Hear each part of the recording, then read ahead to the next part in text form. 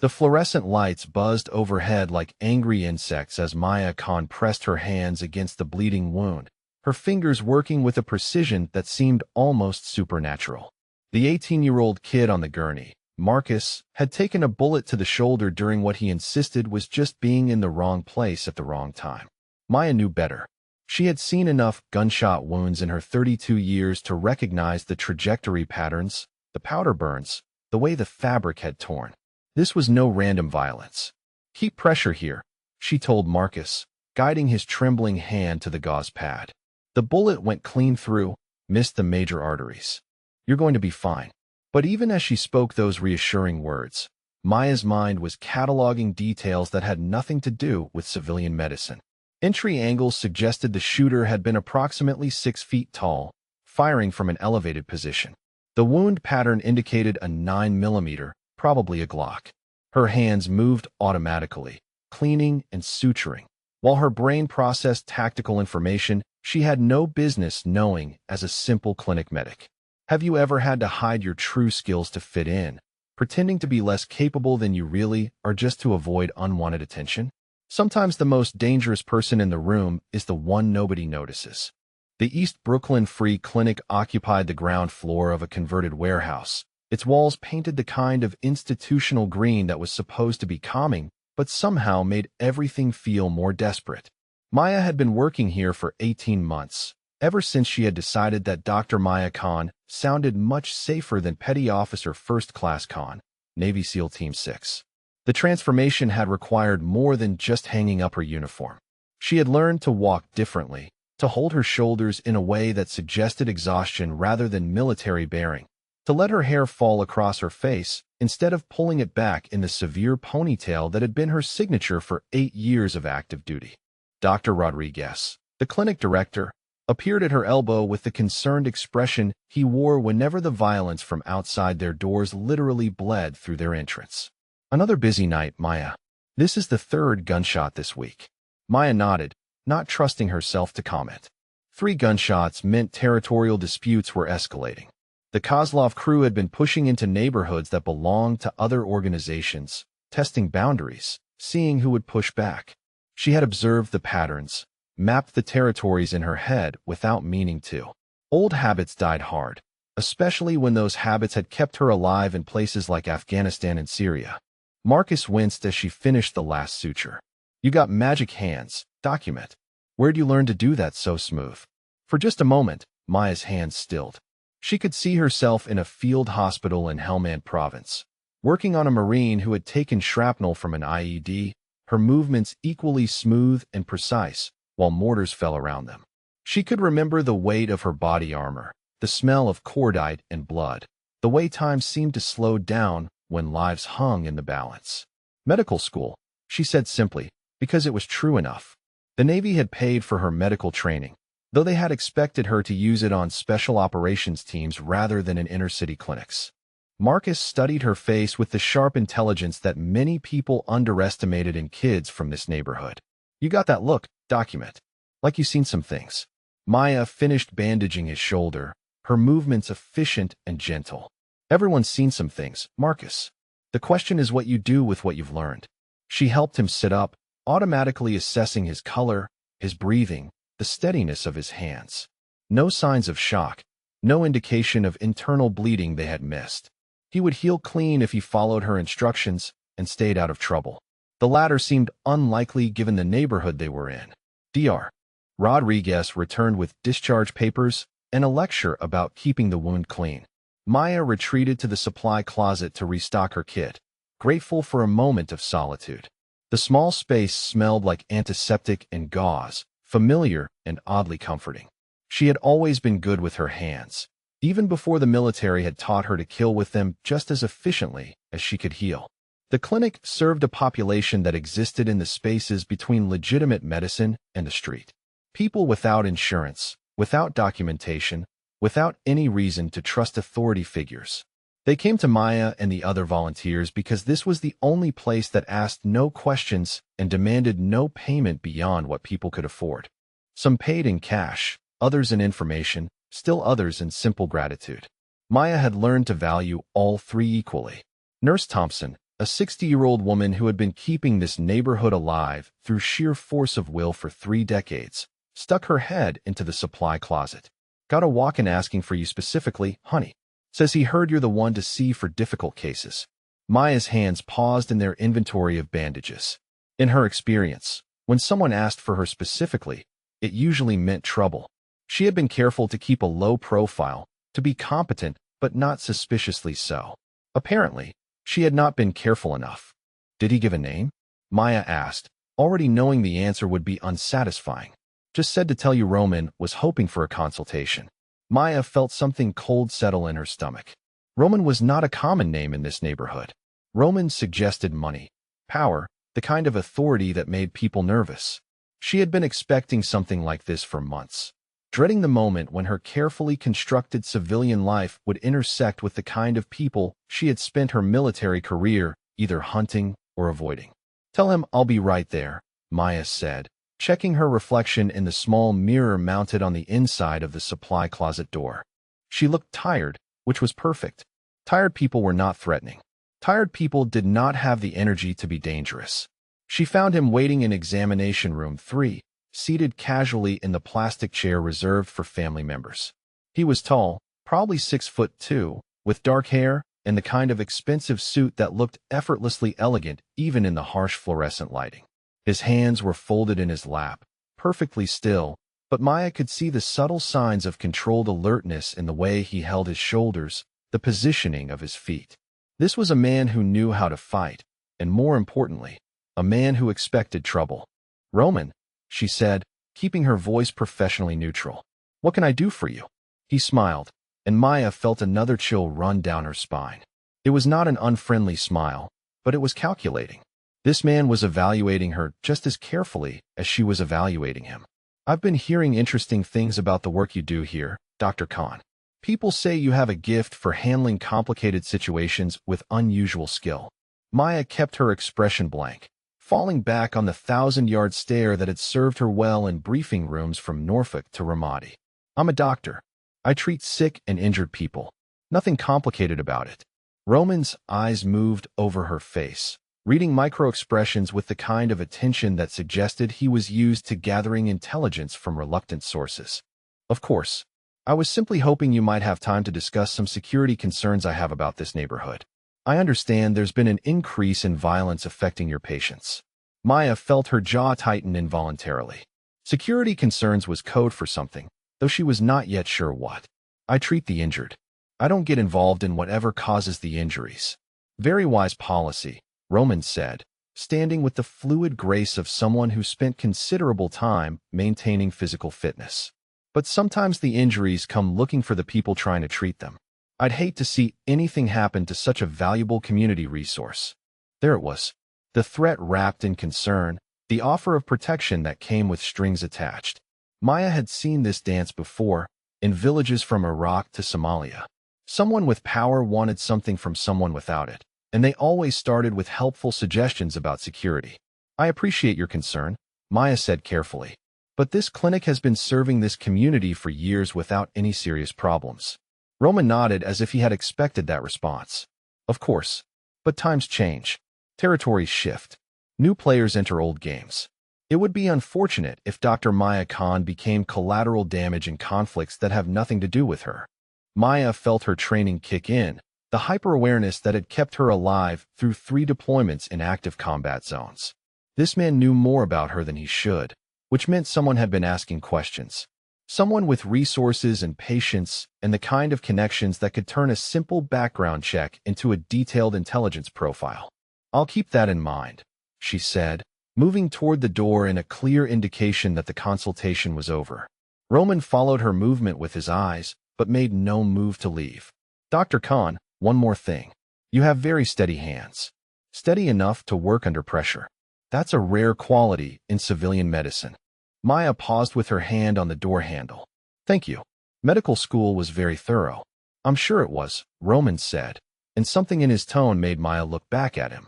But medical school doesn't usually teach the kind of field-expedient trauma protocols you used on that gunshot wound tonight. Those techniques require a different kind of training altogether. Maya felt her world tilt slightly off its axis. This man had been watching her work, evaluating her methods, recognizing skills that she had been trying desperately to hide. For 18 months, she had been so careful, so conscious of every movement, every decision, every response that might give her away. And apparently, it had not been enough.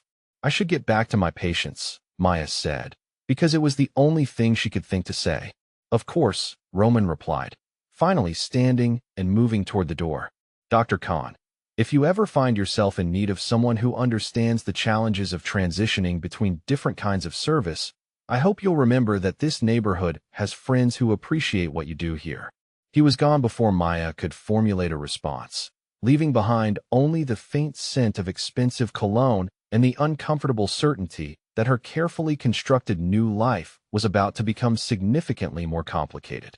She stood in the empty examination room for a long moment, listening to the familiar sounds of the clinic around her, wondering if this was what it felt like when the past finally caught up with people who thought they had outrun it.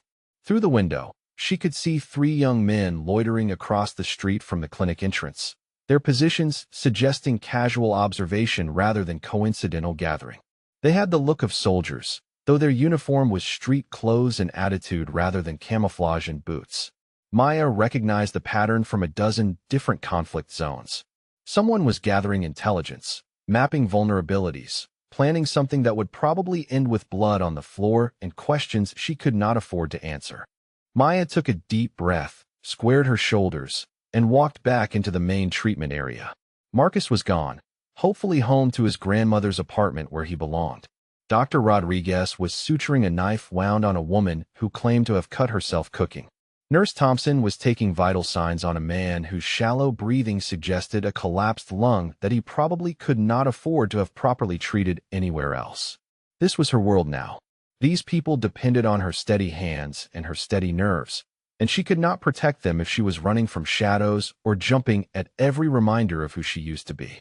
Maya Khan, former Navy SEAL, had spent 8 years learning how to be the most dangerous person in any room. Dr. Maya Khan was going to have to learn how to be invisible instead, at least until she could figure out what Roman wanted and whether the young men across the street were his employees or someone else's problem entirely. She picked up the next chart and got back to work, because that was what doctors did. They treated the wounded and hoped for the best, and they did not think too hard about how many different kinds of battles could be fought in the space between one patient and the next. The first gunshot cracked like thunder at 7:15 on a Tuesday evening, just as Maya was finishing intake on an elderly man with chest pains. She felt her entire body go rigid, muscle memory from 8 years of combat deployments overriding 18 months of careful civilian conditioning. That was definitely a 9mm, close range, probably less than 50 yards from the clinic entrance. "Everyone down," Maya heard herself say, her voice carrying the kind of authority that made people obey without question. The elderly patient, Mr. Vasquez, looked confused until the second and third shots rang out in rapid succession, followed by shouting and the screech of tires on asphalt. Dr. Rodriguez appeared in the doorway of examination room 2, his face pale. "Maya, we've got incoming. Multiple casualties." Maya's training kicked in before her conscious mind could stop it. She was already moving, hands automatically checking supplies, prioritizing treatment areas, calculating angles of approach for maximum safety. The clinic had 3 entrances, 2 of which were currently blocked by parked cars. The main entrance faced directly onto the street where the shooting was happening, which meant any casualties would be coming through the most exposed approach. "Thompson, kill the lights in the front rooms," Maya called to the nurse who was herding patients away from the windows. "Rodriguez, get everyone who can move to the back storage area. Set up triage in room 4, away from street-side windows." "How did you know to?" Dr. Rodriguez started to ask, then stopped as more gunfire erupted outside, this time with the distinctive crack-pop-crack pattern of return fire. Someone was shooting back, which meant this was not a simple robbery or assault. This was territorial warfare, and the clinic was caught in the crossfire. Maya pressed herself against the wall next to the main entrance, every instinct screaming at her to clear the fatal funnel, to move to cover, to return fire. But she was Dr. Khan now, not Petty Officer Khan, and her weapon was a stethoscope rather than an M4 carbine. Still, Her body remembered how to move in a combat zone, how to use walls and corners and shadows to stay alive when bullets were flying. The front door burst open and 3 young men stumbled in, 2 of them supporting a third who was bleeding heavily from his abdomen. Maya recognized one of them as Carlos, a regular patient who usually came in for insulin when he could not afford to fill his prescription at a real pharmacy. "Help us, please," Carlos gasped, his eyes wide with panic and adrenaline. "They shot Rico. They shot him bad." Maya moved forward without thinking, her hands already assessing the wound before her mind caught up. High-velocity round. Entry point just below the ribcage. Exit wound suggesting the bullet had tumbled on impact. Rico was conscious but going into shock, his skin pale and clammy, his breathing rapid and shallow. "Get him on the gurney," Maya commanded, falling automatically into the rhythm of trauma medicine. "Carlos, apply pressure here. Direct pressure, use both hands." "What's your name?" "Luis," the third young man said, his voice shaking. "Luis, I need you to run to the supply closet and bring me everything you can carry. Gauze, tape, saline bags, the whole shelf if you have to." Maya's hands moved over Rico's body with practiced efficiency, checking for additional wounds, assessing circulation, evaluating neurological function. The bullet had missed the major organs but nicked the inferior vena cava, which meant he was bleeding internally and had maybe 20 minutes before he went into irreversible shock. "Carlos, is the shooting still active outside?" Maya asked as she started in 4-line with the kind of speed and precision that came from working on wounded operators while under enemy fire. I don't know, Carlos said, tears streaming down his face. "We were just standing there, and then the black car came around the corner and started shooting. Rico pushed me down, saved my life." Maya felt something cold and familiar settle in her chest. Black car, multiple shooters, coordinated timing. This was not random street violence. This was a planned operation, possibly the opening move in a larger territorial dispute, which meant more casualties were coming, and the clinic was now a known location for anyone who wanted to finish what they had started. Another burst of gunfire echoed from the street, closer this time, followed by the distinctive whine of a ricochet off brick. Maya found herself automatically calculating angles, estimating distances, mapping fields of fire in her head. The shooters were moving east along the street, which put them on a collision course with the clinic's side entrance. Thompson appeared with an armload of medical supplies, her face grim but steady. "Maya, there's a man outside asking if we need help. Says he's got security experience." "Roman," Maya thought, though she did not say his name out loud. Of course he was still here, still watching, probably getting a very clear view of exactly how she handled herself under pressure. She wondered what he was thinking as he watched her move with the kind of tactical precision that definitely did not come from medical school. "Tell him we're fine," Maya said, though they were anything but fine. Rico's blood pressure was dropping despite the 4 fluids, and she could hear Carlos praying in Spanish under his breath. Maya reached for her trauma kit, the one she kept locked in her personal locker because it contained supplies that civilian doctors had no business carrying. As she worked, her dog tags slipped out from under her scrub top, the metal catching the light for just a moment before she tucked them back under the fabric. She hoped no one had noticed, but given the way Thompson's eyes widened slightly, that hope was probably misplaced. Rico's eyes fluttered open, and he looked at Maya with the kind of focused clarity that people sometimes achieved in moments of crisis. "You're not just a doctor, are you?" he whispered. Maya met his gaze steadily as she worked to stabilize his bleeding. "Right now, I'm exactly what you need me to be." Rico smiled weakly. "My cousin Miguel was Army. Served in Iraq. You got that same look he had when he came back. Like you seen the elephant." Maya had heard that expression before, in briefing rooms and field hospitals, and the kind of places where people talked about death as a professional occupational hazard. Seeing the elephant men experiencing combat, looking into the face of violence, and walking away changed but alive. "Focus on staying with me, Rico," Maya said gently. "We're going to get you through this." The shooting outside had stopped, replaced by the wail of sirens in the distance. Maya felt her shoulders relax slightly, though she maintained her position near cover out of habit. Emergency responders would be here soon, which meant Rico could be transferred to a real trauma center where he could get the kind of surgery she could not provide with clinic resources.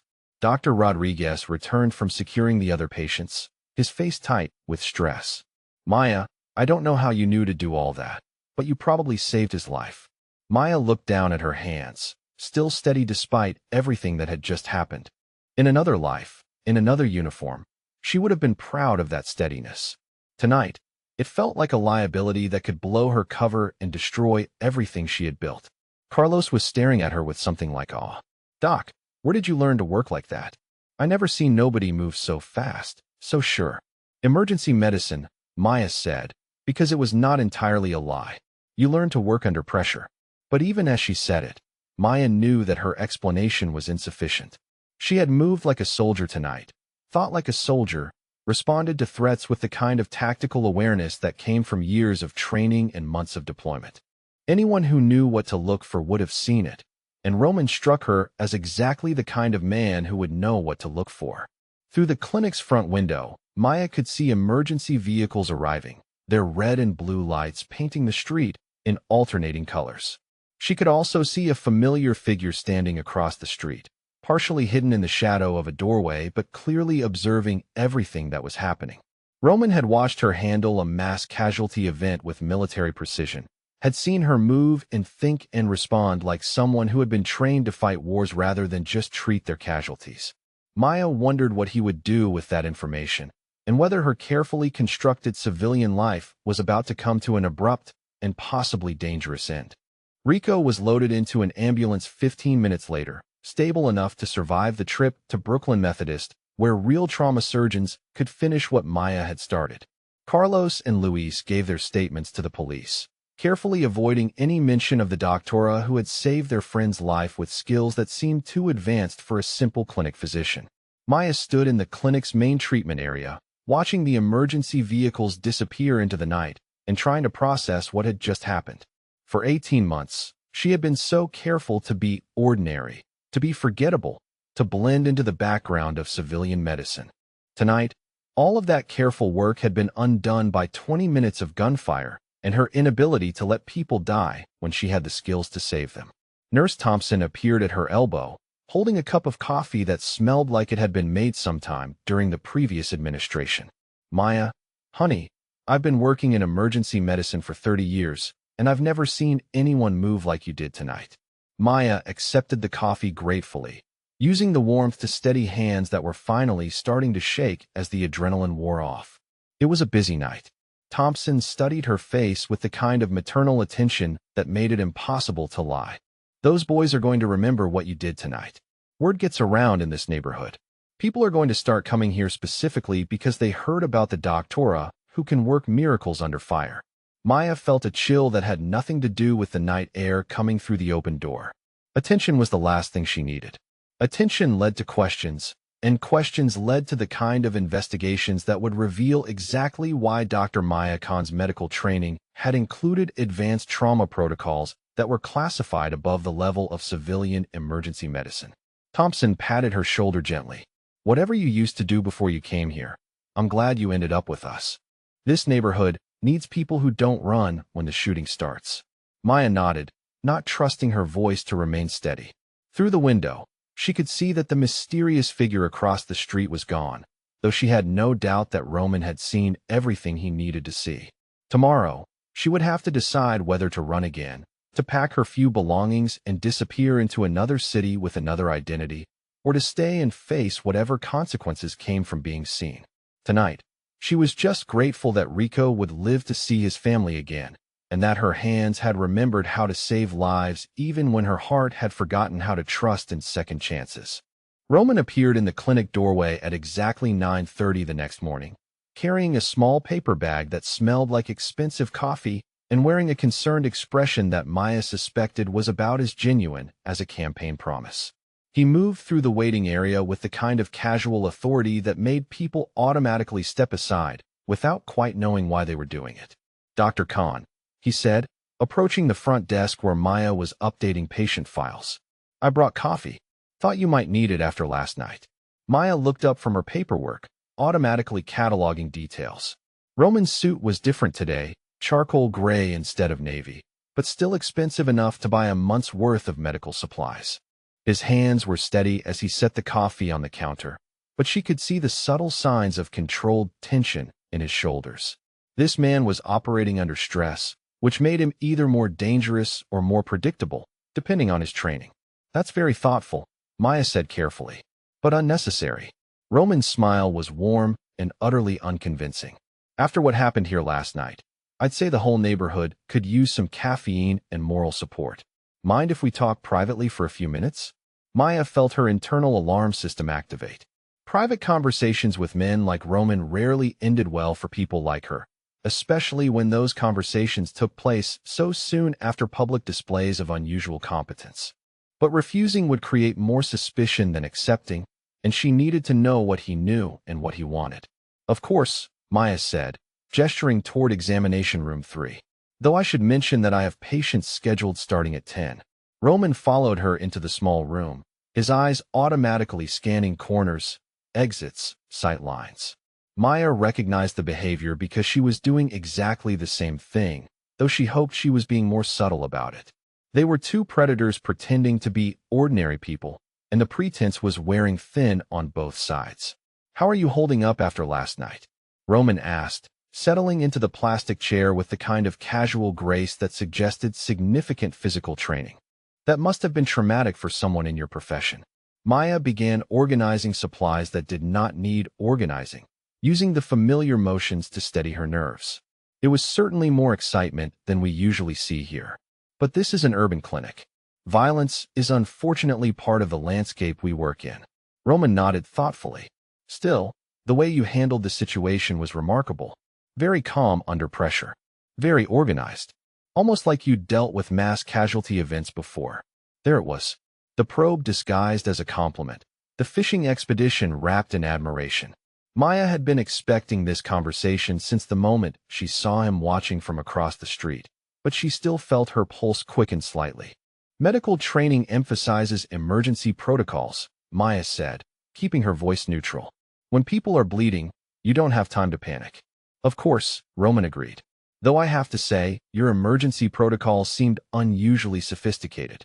The way you prioritized casualties, organized treatment areas, managed personnel under stress. That level of tactical thinking usually requires specialized training." Maya turned to face him directly, letting a hint of irritation creep into her expression. "Are you suggesting that I'm somehow not qualified to do my job, Mr. Roman?" Roman held up his hands in a gesture of peace, though Maya noticed he kept his weight centered and his feet positioned for rapid movement. "Not at all. If anything, I'm suggesting you might be overqualified. Tell me, Dr. Khan, where did you complete your medical training?" "University of Pennsylvania," Maya said, because it was true and because her service record would confirm it if he bothered to check. "Full scholarship, graduated with honors." "Impressive," Roman said. "And before medical school?" Maya felt the conversation reaching dangerous territory. This was the moment where she either committed to a lie that could be easily disproven or revealed enough truth to satisfy his curiosity without exposing herself completely. "I worked for a few years after college," Maya said carefully. "Saved money for medical school. Nothing exciting." Roman's expression remained pleasantly interested, but Maya could see the calculation behind his eyes. "What kind of work?" "Government work," Maya said, because it was vague enough to mean anything and specific enough to suggest she was not hiding anything important. "Administrative mostly. Very boring." Roman leaned back in his chair, and Maya realized with growing unease that he was enjoying this conversation. The verbal sparring, the careful dance around dangerous truths, the mutual assessment of capabilities and intentions. This man was a professional, and he recognized another professional when he saw one. "Government work can be very educational," Roman said, "especially the kind that involves administrative duties in interesting locations." "Did your work involve much travel, Dr. Khan?" Maya felt her jaw tighten involuntarily. "Some travel, yes. Again, nothing exciting. Mostly filing reports and updating databases." Roman nodded as if this explanation satisfied him completely, though Maya suspected it satisfied nothing at all. "Dr. Khan, I'm going to be direct with you because I think you're someone who appreciates directness. Last night, I watched you handle a crisis with the kind of competence that doesn't come from textbooks. You moved like someone who's been trained to work under pressure, to make life-and-death decisions quickly, to prioritize mission success over personal safety. Maya kept her expression carefully neutral, though her mind was racing through response options. She could continue to deflect, could claim that all medical professionals receive crisis training, could suggest that he was reading too much into a stressful situation. Or she could acknowledge enough truth to end his investigation while maintaining enough mystery to protect her secrets. I've seen some difficult situations, Maya said finally. You learn to adapt. Roman's smile became genuinely warm for the first time since she had met him. Now that's the truth, isn't it? And adaptation is a valuable skill, especially in a neighborhood like this one. Maya studied his face, looking for tells, for signs of deception or hidden agendas. What exactly are you suggesting, Mr. Roman? I'm suggesting that this clinic provides a valuable service to the community, and that the community has a responsibility to protect valuable resources. Last night's incident won't be the last. The Kozlov crew is expanding their territory, and they don't much care who gets caught in the crossfire. Maya felt a chill of recognition. The Kozlov crew was Russian mob, which meant they operated with military-style discipline and planning. If they were moving into this neighborhood, the random violence would become systematic, organized, far more dangerous than simple gang disputes. What does that have to do with me? Maya asked. Roman stood, moving to the small window that overlooked the street. Dr. Khan, I'm going to share something with you that I don't share with many people. I have significant interests in this neighborhood. Business interests, personal interests, family connections that go back 3 generations. When those interests are threatened, I take steps to protect them. Maya felt pieces clicking together in her head. Roman was not just a concerned citizen offering help. He was someone with power, with resources, with the kind of connections that allowed him to appear at crime scenes and offer protection to people he barely knew. I appreciate your concern, Maya said carefully, but I'm not sure how I can help with your business interests. Roman turned back to face her, and Maya saw something new in his expression. Recognition, perhaps, or the beginning of respect. Dr. Khan, I think you're exactly the kind of person who could help with interests like mine. Someone with medical training, crisis experience, and the ability to work effectively under pressure. Someone who understands that sometimes the best way to protect innocent people is to work with people who aren't entirely innocent. Maya felt her world shifting slightly off its axis. This was a recruitment pitch, delivered with the kind of professional courtesy that suggested Roman already knew more about her background than he was letting on.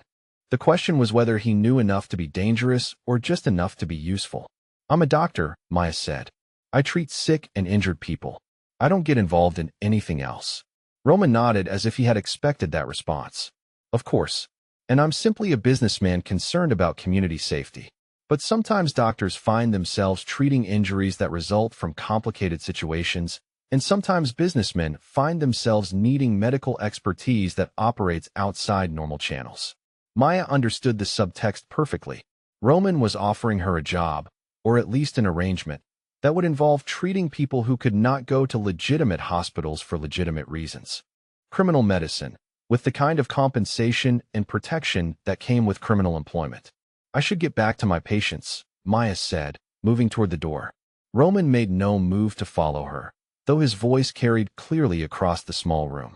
Dr. Khan, I want you to know that regardless of what you decide about my offer, this clinic will be under my protection. The Kozlov crew will not be permitted to interfere with your work here.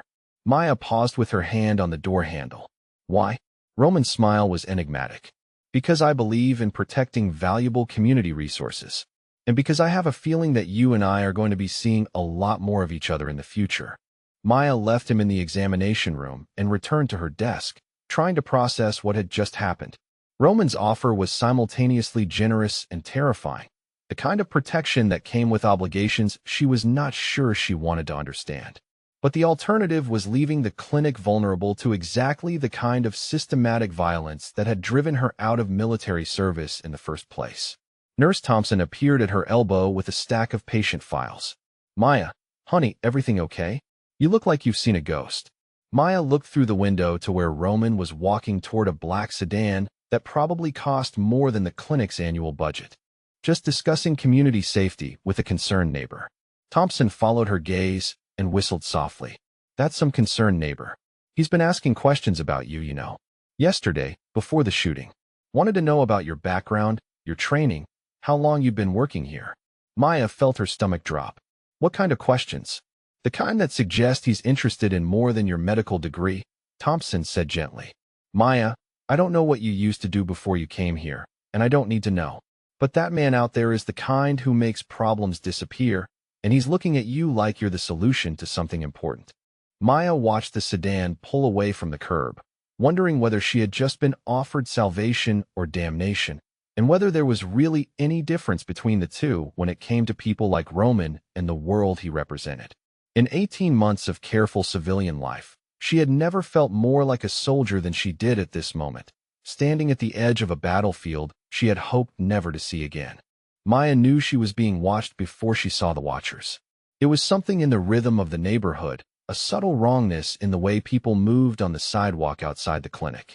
After 8 years of operating in hostile territory, her subconscious had learned to process patterns that her conscious mind might miss, and today those patterns were screaming warnings. She spotted the first one during her lunch break, a man in his 40s wearing clothes that were just slightly too clean for the neighborhood, standing near the bodega across the street. He was pretending to read a newspaper, but his eyes tracked movement with the kind of systematic attention that suggested professional training. Maya recognized the surveillance pattern because she had used it herself in places like Karachi and Damascus, watching targets while trying to blend into local populations. The second operative was more subtle, a woman in her 30s who had been nursing the same cup of coffee at the bus stop for over an hour.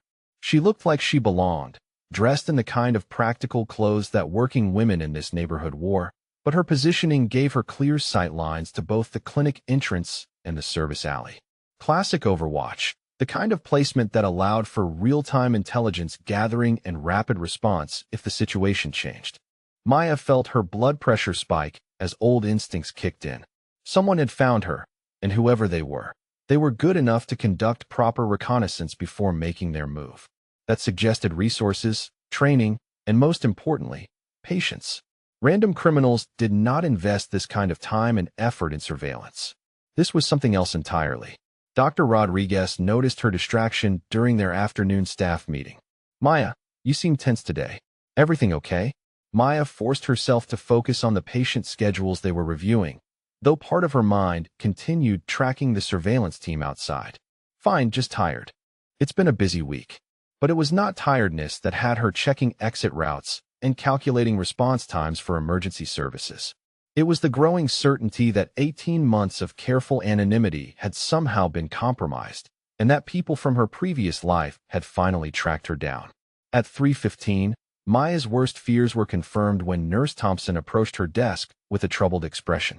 Maya, honey, there's been some strange men asking questions about you around the neighborhood. Mrs. Delacroix from the laundromat says 2 men in suits came by yesterday, wanting to know about the doctora who works at the clinic. Maya's hands stilled on the keyboard where she had been updating patient records. What kind of questions?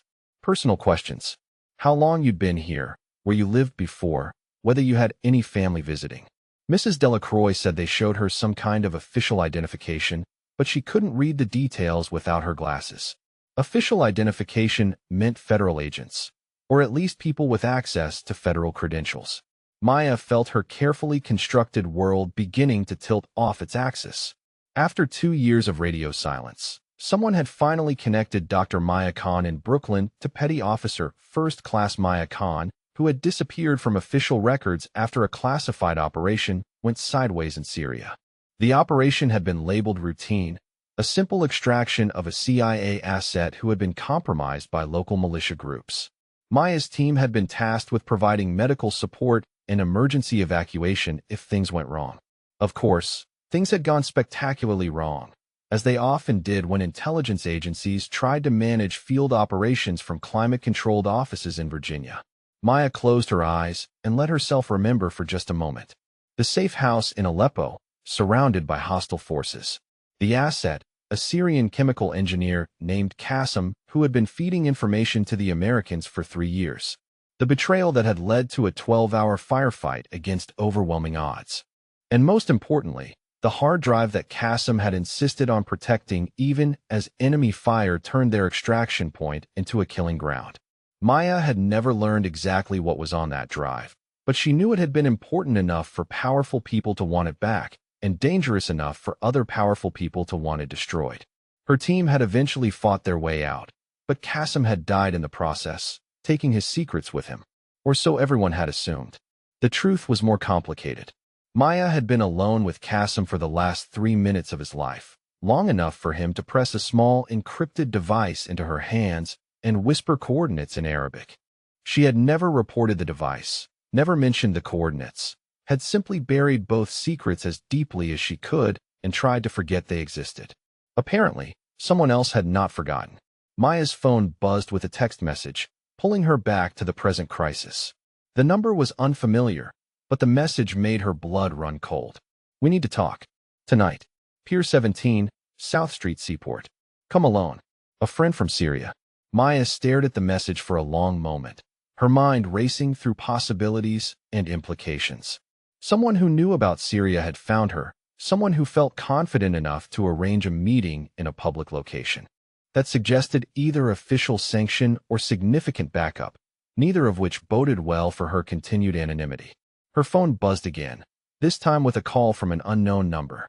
Maya considered ignoring it, but curiosity and professional paranoia won out. "Dr. Khan," a familiar voice said before she could speak. "I think we need to have another conversation." "Roman," Maya said, surprised by the relief she felt at hearing his voice.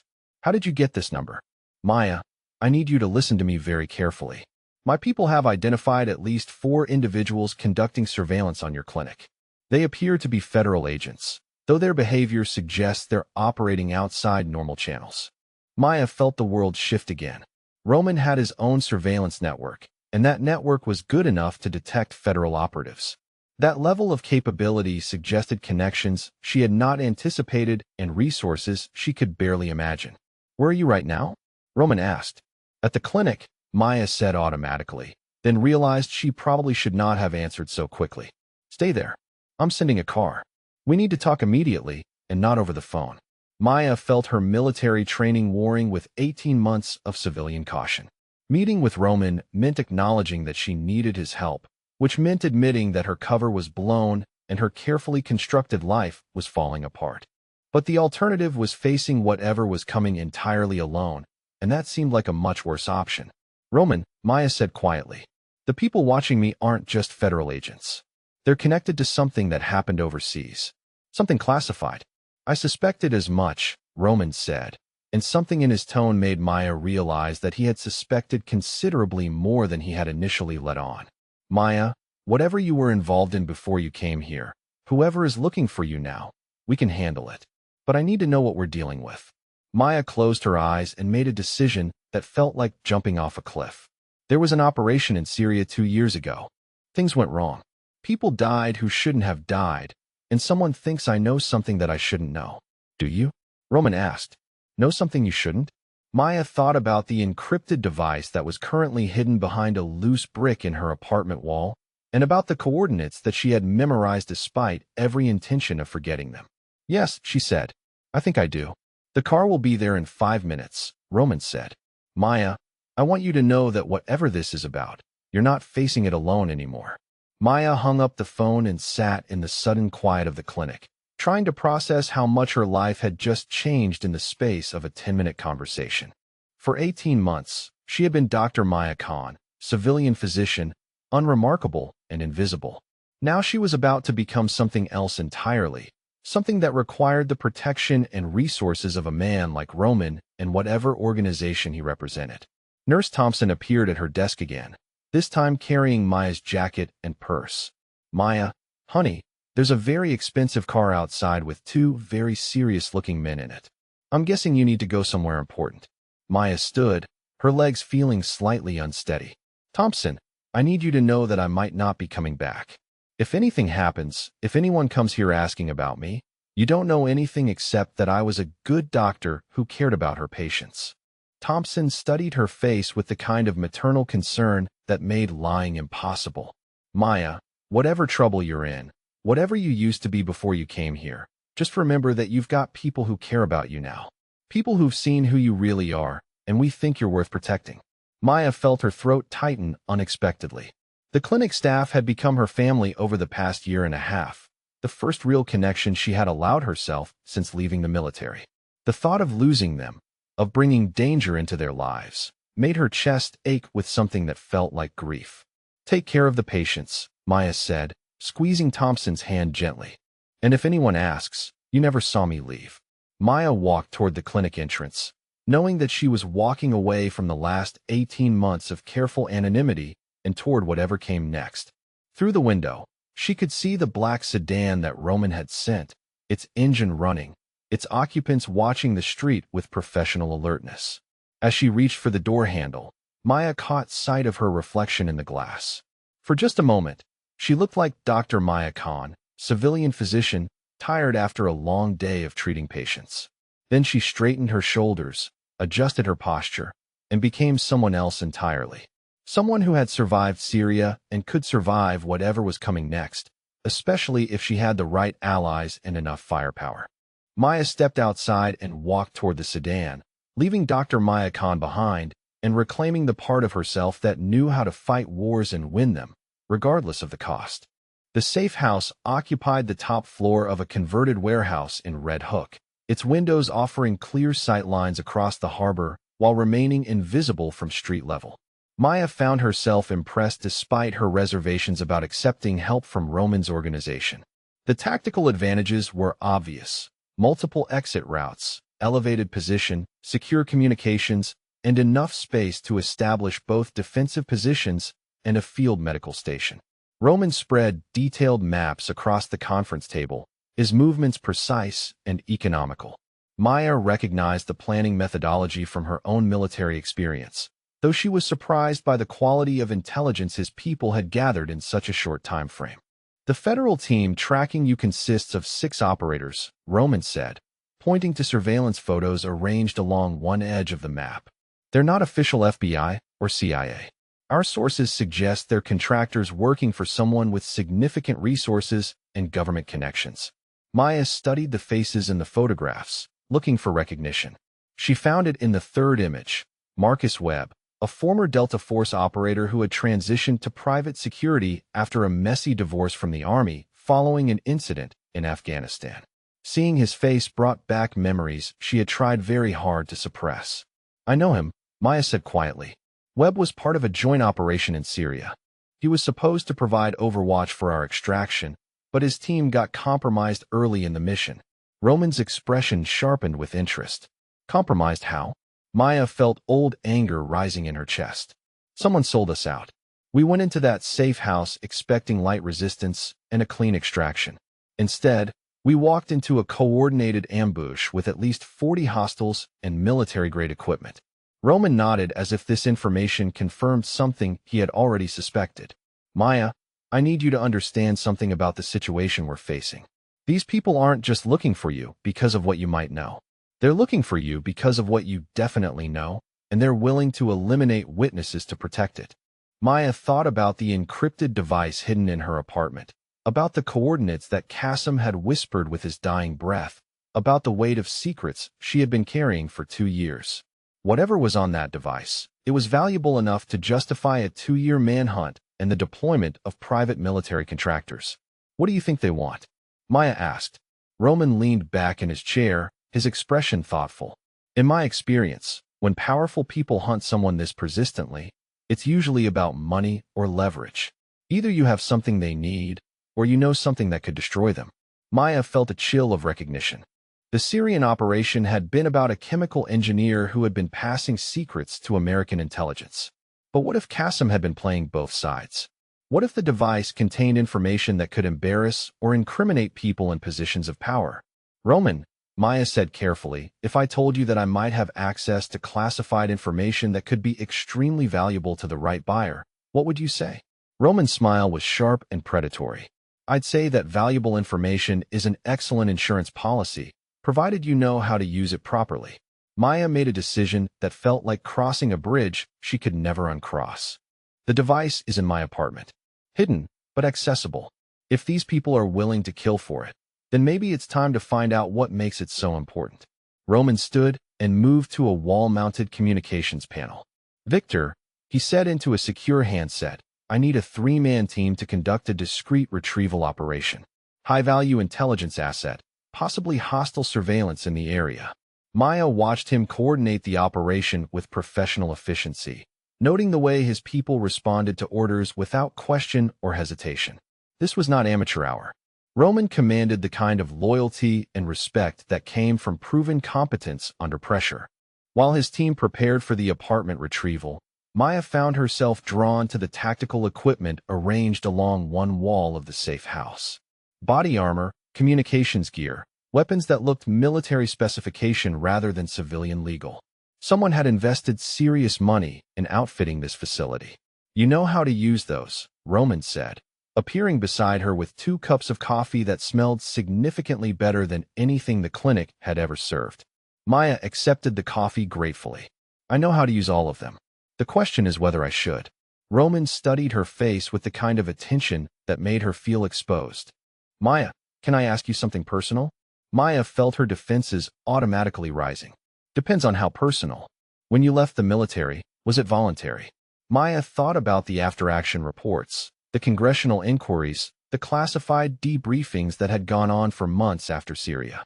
She thought about the recommendations for commendation that had somehow become recommendations for medical discharge, and about the civilian life that had felt more like exile than retirement. Officially, yes, Maya said. Unofficially, I was encouraged to pursue other opportunities. Because of Syria? Because I asked too many questions about what went wrong and why, Maya said, feeling 2 years of suppressed anger finally finding voice.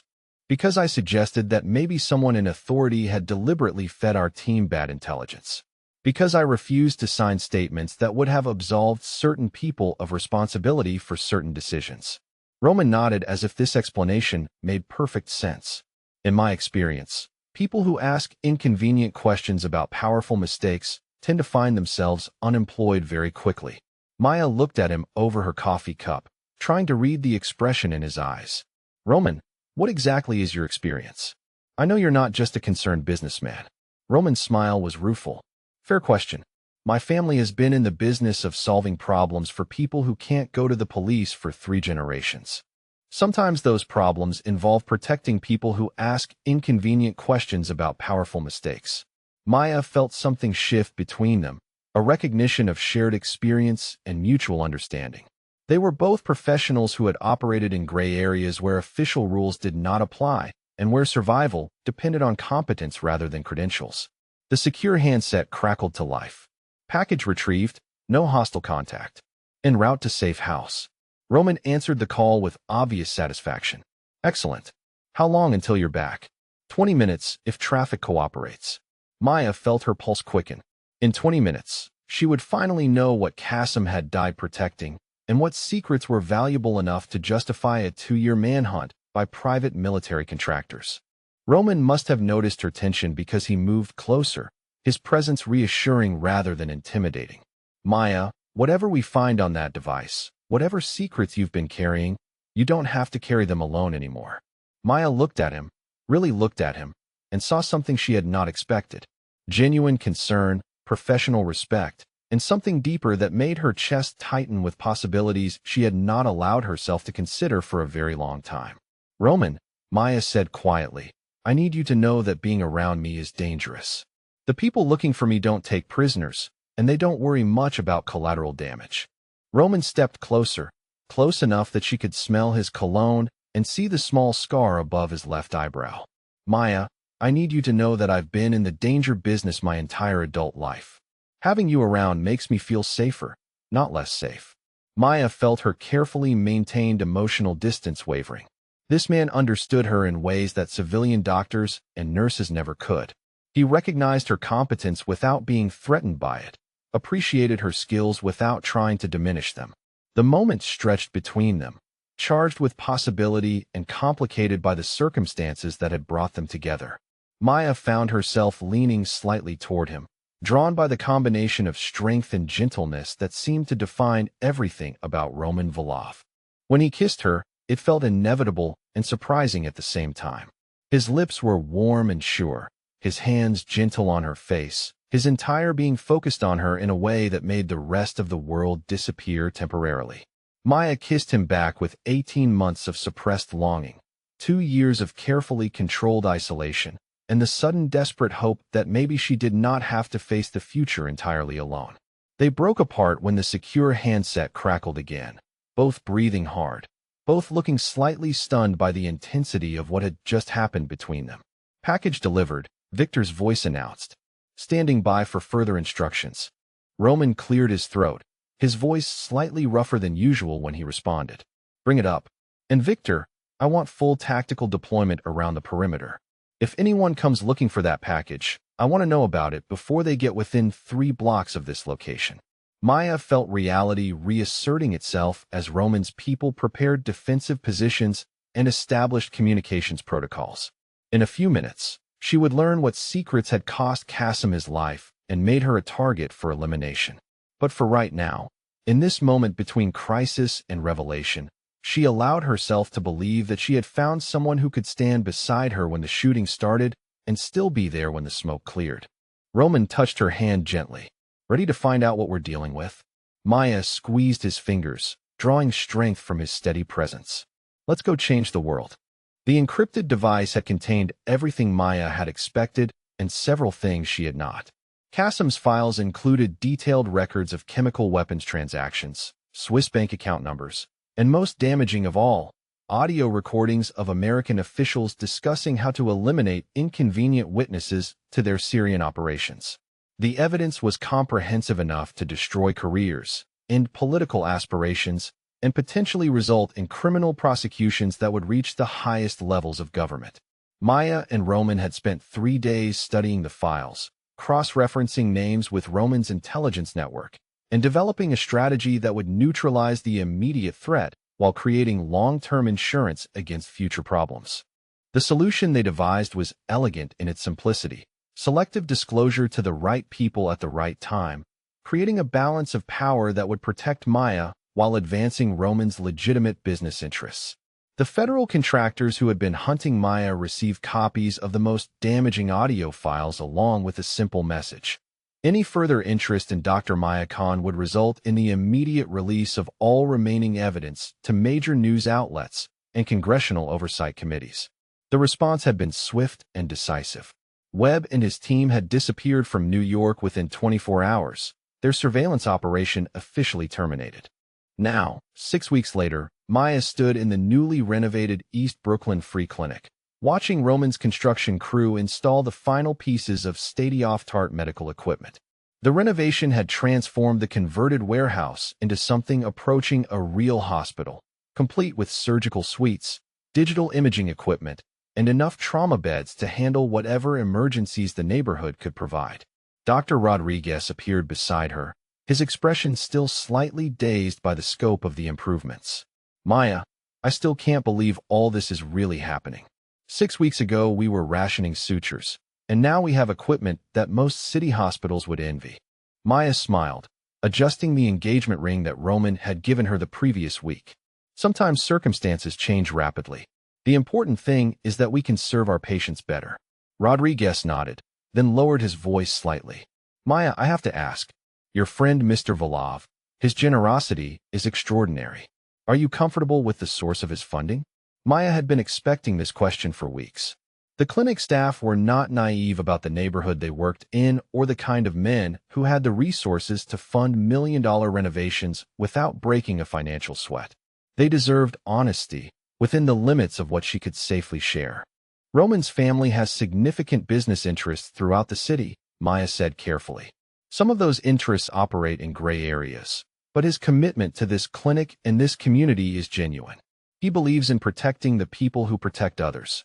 Rodriguez studied her face with the kind of paternal concern that reminded Maya why she had stayed in this neighborhood despite the dangers. "Maya, you know that we trust your judgment. If you believe this partnership is right for the clinic and for you personally, then we support it completely." Maya felt her throat tighten with gratitude. The clinic staff had become her family over the past 2 years, and their acceptance of her new circumstances meant more than any formal recognition could have provided. Nurse Thompson bustled over with her usual energy, carrying a clipboard full of patient schedules. Maya, honey, we've got 3 gunshot wounds in the waiting room, and a woman in labor who says she can't make it to the hospital. Just another typical Tuesday in paradise. Maya grinned and reached for her medical kit, feeling the familiar rush of purpose that came with emergency medicine. Some things never changed, regardless of how much the circumstances around them evolved. The next 4 hours passed in the controlled chaos of urban trauma medicine, Maya moving between patients with the kind of fluid efficiency that came from combining military medical training with 2 years of civilian experience. The difference was that now she did not have to hide her capabilities or worry about revealing skills that were too advanced for a simple clinic doctor. Roman appeared during her dinner break, carrying takeout from the Italian restaurant that had become their regular meeting place. He found her in the newly expanded break room, reviewing X-rays on a tablet computer that would have cost more than her previous annual salary. "How's the leg fracture?" Roman asked, settling beside her with the easy intimacy that had developed between them over the past 6 weeks. "Clean break. Should heal perfectly with proper immobilization," Maya replied, leaning against his shoulder. Mrs. Chun was more worried about missing work than about the injury itself. "I told her the clinic would cover her lost wages through the Community Assistance Fund." Roman nodded approvingly. The Community Assistance Fund had been his idea, a way to ensure that people could seek medical treatment without worrying about economic consequences. It was funded through his legitimate business operations and administered through the clinic, creating a sustainable support system for the neighborhood's most vulnerable residents. "Maya," Roman said quietly, "I've been thinking about our conversation last week. About making things official." Maya felt her pulse quicken. They had been talking about marriage for the past month, but the conversation had remained theoretical, complicated by the ongoing resolution of her federal situation and the integration of their very different lives. "What kind of official?" Maya asked, though she suspected she knew the answer. Roman reached into his jacket and produced a small jewelry box that made Maya's breath catch. "The kind of official that involves you wearing my ring while you save lives, and I make sure nobody interferes with your work." Maya opened the box to reveal a wedding band that perfectly complemented her engagement ring, platinum and diamonds arranged in a pattern that suggested both elegance and strength. It was beautiful and appropriate, and exactly what she would have chosen if she had been choosing for herself. "Roman Volov," she said softly, "are you proposing to me in a break room that smells like antiseptic and coffee?" Roman's smile was warm and slightly sheepish. "Maya Khan, I'm proposing to you in the place where you're happiest and most yourself. If that happens to be a break room that smells like antiseptic and coffee, then that's perfect." Maya kissed him then, pouring 2 years of isolation and 6 weeks of growing trust and 6 months of possible futures into the connection between them. When they separated, she was wearing his ring and crying slightly from happiness that felt almost too intense to process. "Yes," she whispered against his lips. "Yes to all of it." The wedding took place 3 months later in the clinic's main treatment area, transformed for the evening with flowers and candles that created an atmosphere both elegant and deeply personal. Maya wore a dress that managed to be both wedding appropriate and practical enough that she could treat patients if an emergency arose. Roman wore his best suit and an expression of satisfaction that suggested he had finally found exactly what he had been searching for. The guest list reflected the unusual nature of their union. Clinic staff and neighborhood residents mixed with Roman's business associates and extended family, creating a gathering that represented both the community they served and the world they operated within. Dr. Rodriguez performed the ceremony, having been ordained online specifically for the occasion, while Nurse Thompson served as Maya's maid of honor. During the exchange of vows, Maya spoke about finding a partner who understood both her healing nature and her warrior spirit, someone who appreciated her strength without trying to diminish it. Roman promised to protect not just her but everything she cared about, to support her mission of healing while ensuring she never had to face danger alone. Have you ever witnessed a love story that seemed impossible but felt completely inevitable once you saw it unfold? Sometimes the most unlikely partnerships create the strongest foundations for the future. The reception featured food from every ethnic restaurant in a 6-block radius, music that ranged from classical to hip-hop, and dancing that continued until the early hours of morning. Maya found herself moving between groups of guests, equally comfortable discussing surgical techniques with her medical colleagues and tactical operations with Roman's security team. Late in the evening, she discovered Roman on the clinic's back steps, looking out over the neighborhood that had brought them together. The street was quiet for once, the usual sounds of urban life muted by the late hour and the presence of discreet security personnel who were ensuring the celebration proceeded without interruption. "Thinking about anything in particular?" Maya asked, settling beside him and enjoying the feeling of her wedding dress rustling against his suit. "Thinking about how much has changed in 6 months," Roman replied, taking her hand and running his thumb over her new wedding ring. "6 months ago, you were Dr. Khan who treated patients and avoided complications.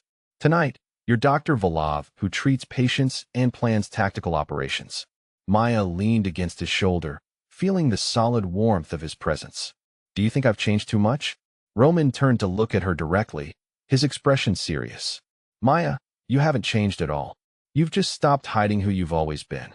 The woman who married me tonight is exactly the same woman who saved Rico's life and faced down federal contractors and kissed me in a safe house while planning to change the world."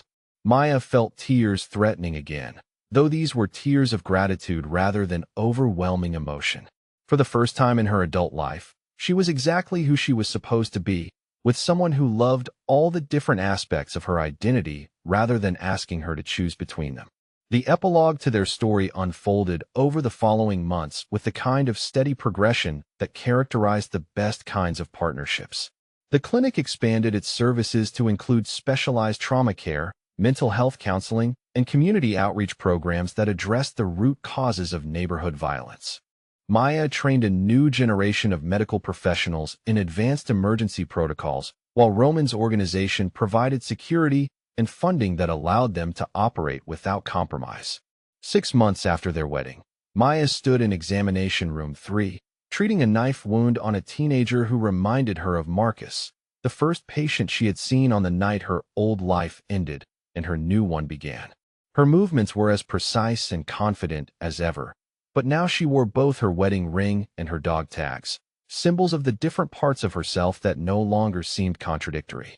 Roman appeared in the doorway as she finished suturing, his presence as reassuring as it had been on that first night when he had offered protection she had not known she needed. He was carrying their 3-month-old daughter, Elena, who had inherited her mother's dark eyes and her father's calm disposition. "How's our patient?" Roman asked, bouncing Elena gently as she reached for the stethoscope around Maya's neck. "He's going to be fine," Maya replied, cleaning her instruments while the teenager slept off the local anesthetic. 16 stitches, no nerve damage, full recovery expected. Roman nodded with the kind of satisfaction that came from knowing their work was making a real difference in individual lives. Maya accepted Elena from his arms, marveling at how natural it felt to hold her daughter while still wearing medical gloves, to be both healer and mother and wife simultaneously. Dr. Thompson appeared with the teenager's discharge instructions and a smile that had become increasingly common as she watched Maya's transformation from isolated professional to integrated family woman. "Maya, honey, that makes 12 successful trauma cases this month. At this rate, we're going to need to expand the surgical suite again." Maya looked around the examination room that had become the center of her universe, taking in the advanced equipment that allowed her to save lives that would have been lost 2 years ago, the security measures that ensured her patients could seek treatment without fear, and the family that had made all of it meaningful. Roman put his arm around both his wife and daughter, creating a circle of connection that encompassed everything they had built together. Maya Khan had spent 8 years learning how to be a warrior and 2 years learning how to hide. Dr. Maya Volov had learned something more important: how to be exactly who she was supposed to be, with people who valued every part of her identity. Outside the clinic windows, the neighborhood continued its eternal rhythm of survival and hope, struggle and community. Inside, 3 generations of healers and protectors worked together to ensure that the most vulnerable members of their community had access to both medical care and genuine safety. Maya pressed a kiss to Elena's forehead and smiled at Roman, knowing that they had created something that would outlast them both, a place where broken things could be healed, where dangerous people could find redemption, and where love could flourish even in the spaces between violence and hope. It was not the life she had planned when she left the military, but it was exactly the life she had been meant to build. As she prepared to see her next patient, Maya caught her reflection in the examination room window and saw a woman who was finally, completely, unapologetically herself. Dr. Maya Volov, former Navy SEAL, current healer, eternal protector of the people who needed protecting most. It was a good life, a worthy life, and most importantly, it was genuinely her own.